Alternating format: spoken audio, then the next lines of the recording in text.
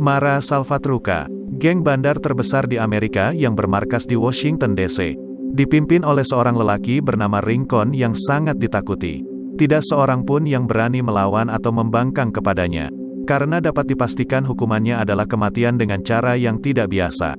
Kolektor kepercayaan Rincon adalah seorang anak muda bernama Lucas. Ia bertugas mendistribusikan obat-obatan dan mengumpulkan uang. Dari semua pelanggannya, terdapat satu orang yang dianggapnya berbeda. Orang tersebut merupakan lelaki tua baik hati bernama Daniel.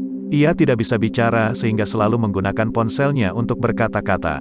Di dalam rumahnya, Rincon tinggal bersama dua wanita yang sangat disayanginya, yaitu istrinya sendiri bernama Brenda, dan adik perempuannya yang dirawatnya sejak kecil bernama Gabriela. Adiknya terlahir sebagai disabilitas sehingga harus dibantu dengan tongkat.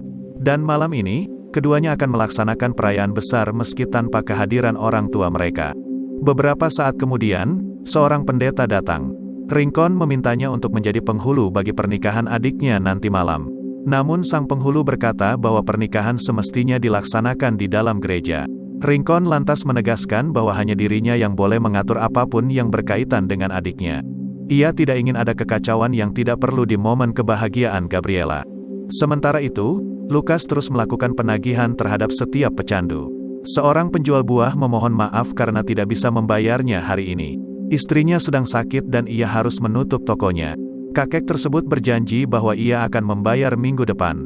Lucas yang iba hanya bisa berharap agar ia tidak ingkar. Dari satu tempat Lucas berpindah ke tempat lainnya. Ia yang akan mengantar narkoba tiba-tiba didatangi oleh adik kandungnya. Lucas menjadi heran karena Miguel seharusnya sedang bersekolah.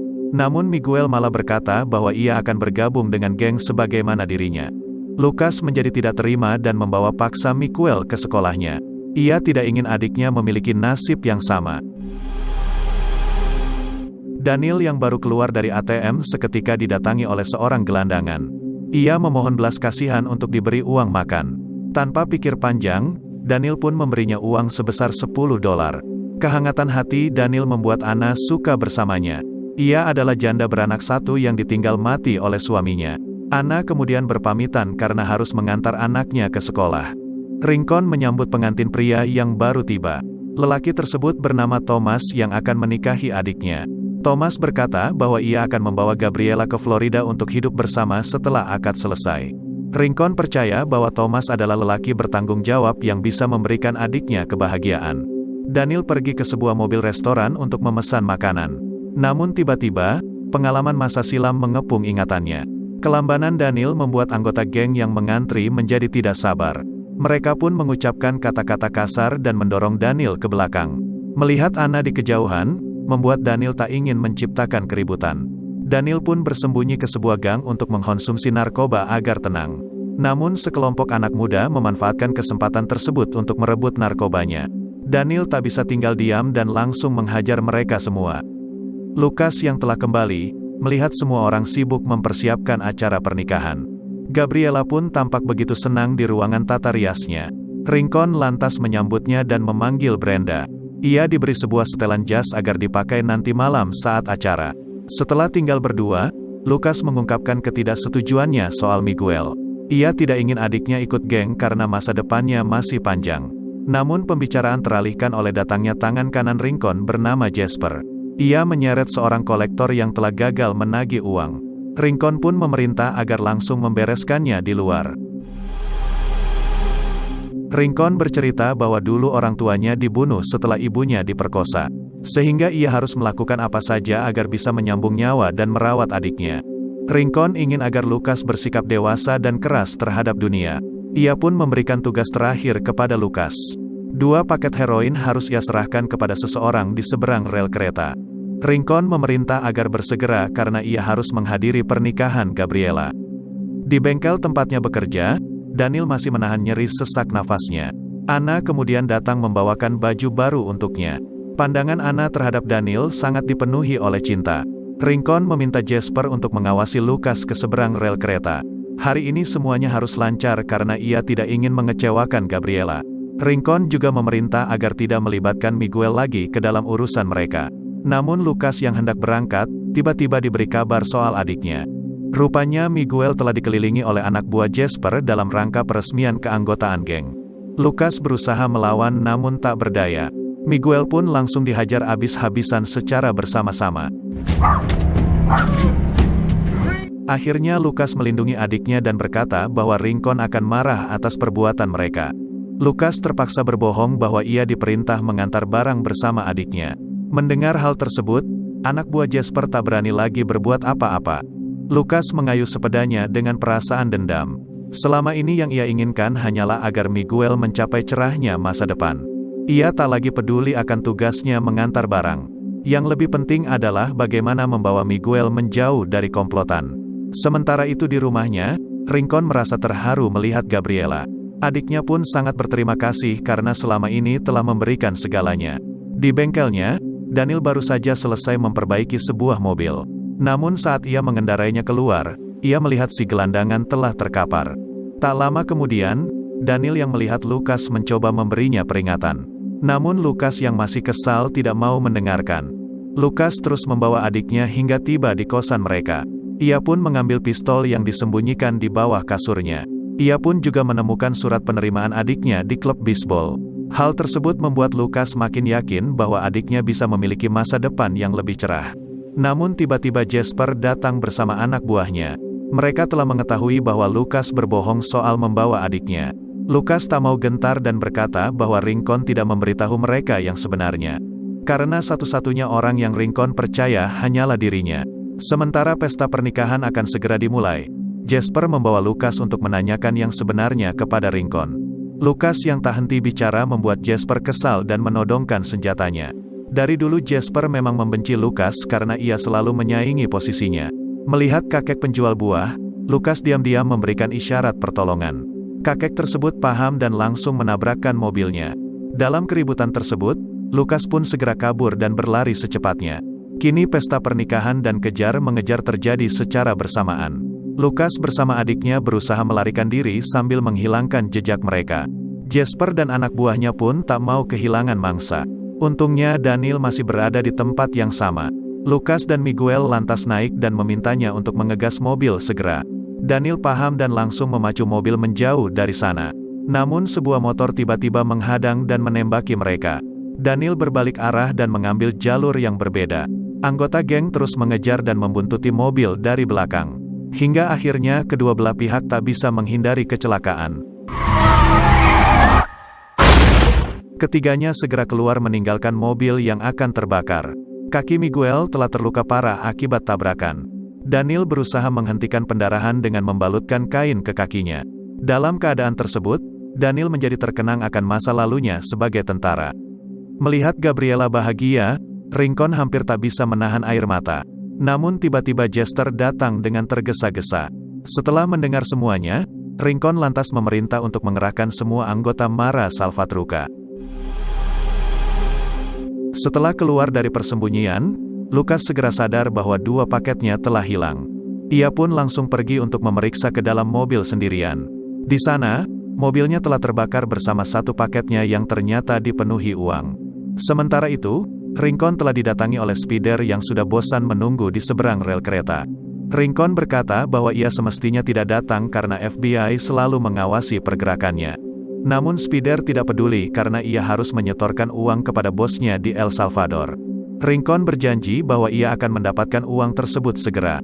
Tinggal satu kesempatan bagi Lucas agar bisa diampuni oleh Rincon. Ia harus menemukan satu paket lagi yang ia yakini tertinggal di kosannya. Ia pun mengajak Miguel untuk secepatnya kembali ke sana. Daniel berusaha melarang karena Rincon pasti akan membunuh mereka.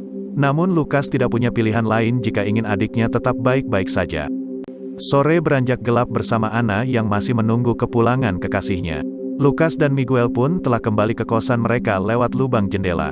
Seorang anak bernama Rodrigo diminta untuk berjaga agar tidak ada yang masuk ke sana.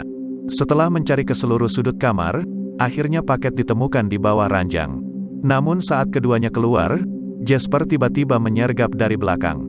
Rupanya Rodrigo telah menipu mereka. Jasper kemudian hanya menemukan satu paket karena paket yang lain telah terbakar. Malam pesta pernikahan, Gabriela akhirnya akan dimulai. Rincon menggandeng adiknya menuju penghulu di tengah-tengah undangan.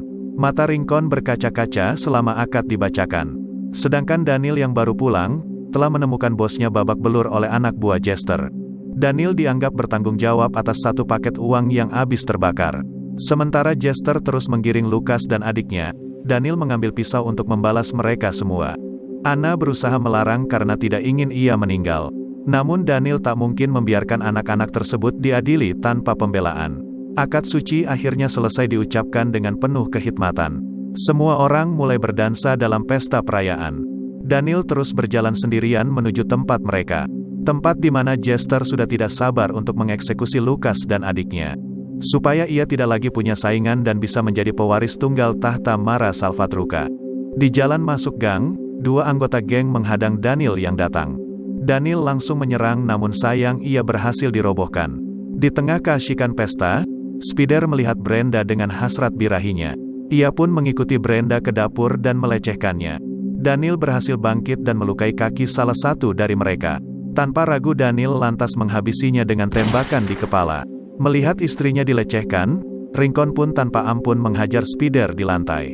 Ia memukul Spider dengan membabi buta hingga tak lagi bernyawa.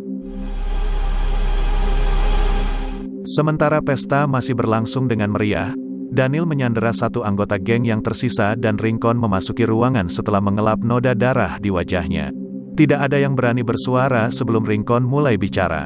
Di malam yang semestinya istimewa, ia malah harus menghadapi pengkhianatan tak terduga. Sambil terus menawan sandranya, Daniel langsung maju mendekati para gangster yang berjaga. Keadaan mulai panik ditambah kedatangan para polisi yang melihat mereka. Para gangster dan polisi saling mengancam agar menurunkan senjata. Namun ketika kembang api dinyalakan, tembakan demi tembakan lantas memecahkan malam.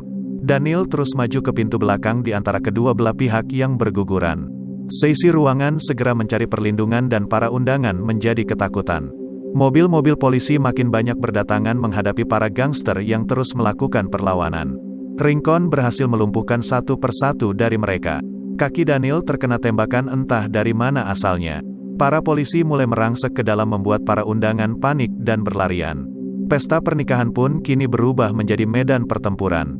Daniel mengambil paket di atas meja dan meminta jaket Miguel untuk membungkus kakinya yang terluka. Rincon memerintah Jasper untuk keluar menjaga keselamatan adiknya. Namun di tengah keributan, perut Gabriela tiba-tiba ditembus peluru nyasar dan ia pun terbaring di pangkuan kekasihnya. Daniel memimpin Lucas dan Miguel menuju jalan keluar melalui jendela. Mereka berhasil melewati keributan dengan aman dan langsung menjauh ke dalam remang cahaya. Sedangkan Rincon yang melihat Gabriela sudah tak bernyawa, membuatnya tak bisa menahan gejolak di dada.